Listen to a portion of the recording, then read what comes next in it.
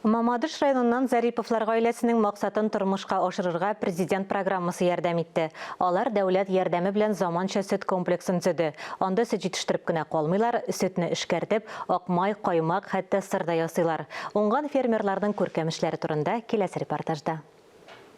Күп балалы Зариповлар гаиләсенең дан шәһрәте тирә-як авылларга да таралган.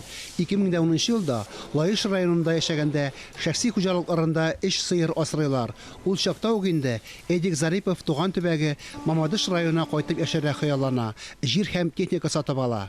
Республика президентының яңа эш башлаучы фермер программасы буенча Зариповлар грант аткан. 40 баш савым сыерга исәпләнгән заманча ферма төзегән. Сөт җитештереп кенә калмыйлар. Йогурт, каймак, эремчек, сырны да үзләре әзерләп, Мамадыш халкына саталар. Бүтән уй-хыялым белән инде үз ягыма, үзем туган авылга кайту булды минем.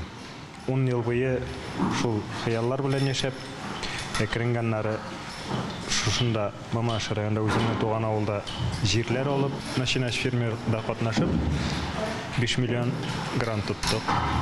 Шул ук елны яңа ферма күтәреп чыктык инде. Гаилә башлыгы тракторда, комбайнда, ремонт стаханәсендә үзе эшли. Хатыны сөт комплексы эше өчен җаваплы. Гаиләдә 5 бала, кичкенәсенә ни бары ярты яшь кенә әле.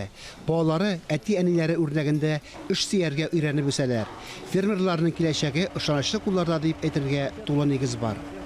Фанис Мөхәммәтов, Дмитрий Евторов, Ринат Сахибгареев, Илдар Сафиуллин, Татарстан яңалыклары, Мамадыш районы.